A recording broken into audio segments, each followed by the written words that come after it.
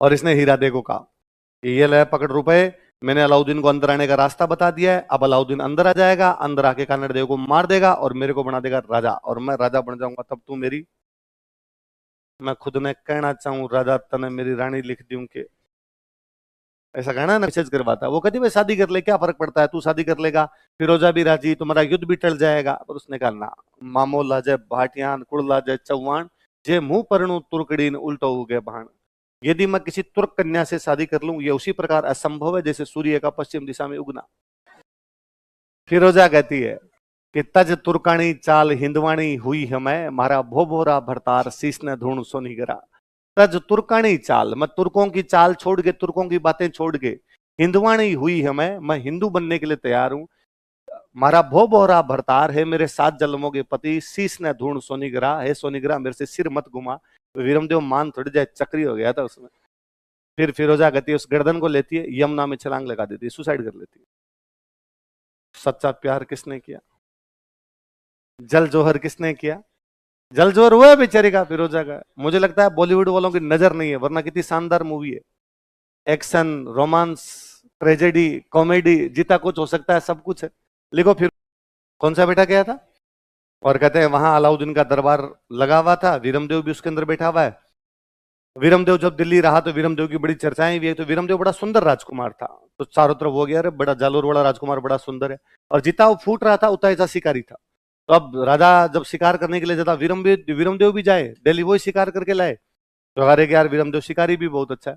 एक दिन यूं वीरमदेव की जब ज्यादा चर्चाएं हो रही थी दिल्ली में, कहते हैं एक दिन अलाउद्दीन ने वीरमदेव को भरे दरबार में कहा, वीरमदेव क्या ये बाल नहीं थे अपने हाथों पे, शरीर पर ये जो बाल होते हैं ये बाल नहीं थे उसके। तो उसने वीरमदेव को कहा अलाउद्दीन ने कि यार भगवान जब ये बाल बांट रहा था शरीर पे, तब तू कहाँ रह गया था, तेरे यार बाल ही नहीं है शरीर पे। और उस समय बाल नहीं होना बड़ा बुरा माना जाता था। पहले सारे यूं अनिल कपूर सनी देओल टाइप के थे। दादाजी की उम्र के लोगों को देखो कान के अंदर से बाल बाहर आ रहे हैं, है ना। अब तो सिर पे ही नहीं बचे, और पहले ज्यादा ही हुआ करते लोग होंगे। तो पूरा दरबार हंस गया, अरे यार इसकी बेइज्जती कर दी कि इसके तो बाल नहीं है। वीरमदेव ने उतना ही वापस सिंसियर ढंग से जवाब दिया कि हाँ सुल्तान तुम्हारी बात सही है, भगवान जब बाल बांट रहा था तब मैं उस बाल वाली स्टॉल पे थोड़ा लेट पहुंचा था, क्योंकि मैं उस स्टॉल पे 2 बार चला गया था जहां बुद्धि बंट रही थी, इसलिए मुझे जाने में लेट हो गई। और जब मैं बाल वाले स्टॉल पे पहुंचा तो मुझे पता चला कि वहां तुम 2 बार चले गए थे। इसका मतलब यह है कि मेरे बाल नहीं है पर बुद्धि डबल है, तेरे बाल खूब है लेकिन बुद्धि। तो ये ज्यादा बड़ी बेइज्जती है ना कि तू भूंगल है, बाल नहीं होना और बुद्धि नहीं होना तो अलग अलग चीज है ना। अब और अलाउद्दीन से वापस अब क्या रिप्लाई दिया, अलाउद्दीन ने चला के पंगा लिया था उससे। हर अलाउद्दीन ने कहा ठीक जवाब दे दिया, और पूरे दरबार में बात गा रहे यार आज तो अलाउद्दीन ने वीरमदेव कुछ कहा था और वीरमदेव ने ऐसा जवाब दिया कि अलाउद्दीन से वापस बोला नहीं गया। ये चर्चाएं चारों तरफ होती होती और अलाउद्दीन की बेटी तक पहुंची। अलाउद्दीन की बेटी का नाम था फिरोजा। क्या नाम था, फिरोजा की सहेलियों ने फिरोजा से पूछा कि तुमने वीरमदेव के बारे में सुना। उसने कहा वीरमदेव कौन, अरे क्या बात करती, तुम इंस्टा नहीं चलाती है क्या। फिरोजा ने वीरमदेव को इंस्टा पे देखा होगा। फिर कहते हैं एक दिन वीरमदेव सुबह सुबह आ रहा था, जिम विम जाके आ रहा होगा। फिरोजा अपने महल पर ऊपर खड़ी खड़ी देख रही थी, लव एट फर्स्ट साइट। फिरोजा ने जाके अपने पिता कानड़ देव को कहा, अलाउद्दीन को कहा यदि मैं शादी करूंगी तो केवल और केवल वीर। अलाउद्दीन ने कहा लाहौल विला कुवत गुस्ताख लड़की। दुश्मन के साथ किस बात की मोहब्बत। फिरोजा ने कहा कि नहीं, मजहब की बातें मोहब्बत नहीं देखती है, और मैं शादी करूंगी तो केवल किससे करूंगी। अलाउद्दीन ने मना किया। तो फिरोजा के माँ नहीं थी, मम्मी की जल्दी डेथ हो गई थी, तो उसने कहा आज मेरी मम्मी जिंदा होती तो मेरी पक्का पक्का शादी करवा देती, आप मेरी शादी नहीं करवा रहे। तो अलाउद्दीन को बुरा लगा कि यार बच्ची सोचेगी कि मम्मी नहीं है इसलिए पिताजी ध्यान नहीं रखते। उसने कहा ठीक है रो मत, मैं शादी करवा दूंगा तेरी। अलाउद्दीन गया कानड़ देव के पास, उसने कानड़ देव को जाकर कहा कि क्यों ना हम हमारी दोस्ती को रिश्तेदारी में बदल दें। कानड़ देव और वीरमदेव दोनों ही शादी के पक्ष में नहीं थे, पर वो दोनों इस बात को जानते थे कि अलाउद्दीन को दिल्ली में मना करने का मतलब है अलाउद्दीन शाम से पहले पहले पकौड़े बना खाएगा। और कन्नड़ देव ने कहा अरे यार रिश्ता तो तूने अच्छा बताया, मेरा राजकुमार तेरी राजकुमारी की शादी हो जाए। पर फिर भी यार तू इतना बड़ा सुल्तान है, हमारा तो जालोर छोटा सा राज्य है, तू किसी बड़े सुल्तान के साथ साथ ब्याह कर तेरी राजकुमारी का, किसी बड़े नवाब के साथ, किसी बड़े राजा के साथ कर, यार जालोर तो छोटा सा राज्य है। अलाउद्दीन ने कहा इसमें छोटा बड़ा क्या है, वीरमदेव का प्रीत तो पास ही मेन सच्चा हो ही जाएगा इसका। तैयारी अच्छी कर ही रहा है, मैं तो शादी करूंगा तो किससे करूंगा। तो इन दोनों बाप बेटों ने कहा कि हमारे पास रुपए नहीं है शादी करने के लिए ज्यादा। तो उसने कहा जितने रुपए चाहिए ले जाओ, शादी की तैयारियां करो। तो ये दोनों दिल्ली से रुपए लेके आए, आगे जालोर के किले का पुनर्निर्माण करवाया। और फिर अलाउद्दीन को मैसेज किया कि हम तो ब्याह आज करें, तेरे जो जी में है ना वो कर लेना। तो नैन्सी कहता है इस चक्कर में अलाउद्दीन ने अटैक किया था, लिखो। अच्छा, अलाउद्दीन ये जानता है कि जालोर को जीतने के लिए पहले क्या जीतना पड़ेगा, सिवना। तो कन्नड़ देव भी ये बात जानता है ना कि जालोर को बचाने के लिए पहले क्या बचाना पड़ेगा। तो कन्नड़ देव ने अपने दो भतीजों की पोस्टिंग सिवना में की। दो भतीजे हैं उसके, सातल और सोम। अब ये किले के अंदर बैठे हैं, अलाउद्दीन की सेना बाहर बैठी है। किले के ऊपर चढ़ना किसी प्रकार से बस की बात है नहीं। तभी अलाउद्दीन की सेना इनके एक सैनिक को पटाती है। इनका एक घायल सैनिक था, कौन सी जाति का सैनिक था, उसको पटाती है। उसको कहती है भाई तू यदि हमें किले के अंदर जाने का कोई जुगाड़ कर दे तो हम बाद में तेरे को राजा बनाएंगे। हालांकि अलाउद्दीन ने बनाया किसी को नहीं था। अलाउद्दीन ने रणथंभौर पे कब्जा करने के बाद रतिपाल रणमल दोनों को मार दिया था। उसने कहा जो अपने राजा के नहीं हुए मेरे क्या होंगे। पर फिर भी लालच बड़ी चीज है जी, व्यक्ति आ ही जाता है।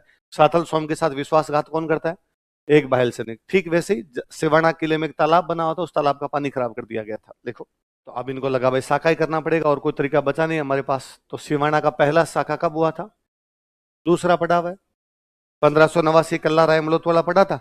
हालांकि महिलाओं ने यहाँ भी जोहर किया पहले, पर अब वो महिलाएं वो जोहर वाला इतना महत्वपूर्ण नहीं, तो अपने केवल यही पढ़ते हैं कि यहाँ पे शाखा हुआ था, अलग अलग नहीं पढ़ते, लिखो। तो कानड़ देव को लगा रही है तो बड़ा अजीब हो रहा है। मतलब इन्होंने सिवाना पर कब्जा कर लिया, तो अभी हमारे मंदिर तोड़ेंगे, अब ये हमारे स्कूलें तोड़ेंगे।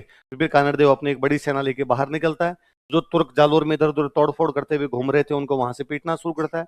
नागौर तक लेके आते हैं। नागौर में एक जगह पड़ती है मालकाना, कौन सी जगह है, लिखो मालकाना का युद्ध। मालकाना कहां पर है, नागौर मेड़ता के पास में। अलाउद्दीन को लगा जमाई को गिरफ्तार कर लिया, तो अलाउद्दीन अब डायरेक्ट जालोर पर आक्रमण किया। हेडिंग डालो, अलाउद्दीन का जालोर पर आक्रमण। वो एक बार पीछे हटते हैं, लेकिन फिर एक और बड़ी सेना लेके वो जालोर को घेर लेते हैं चारों तरफ से। अब कानड़ देव किले के अंदर बैठा है और अलाउद्दीन किले के बाहर बैठा हुआ है।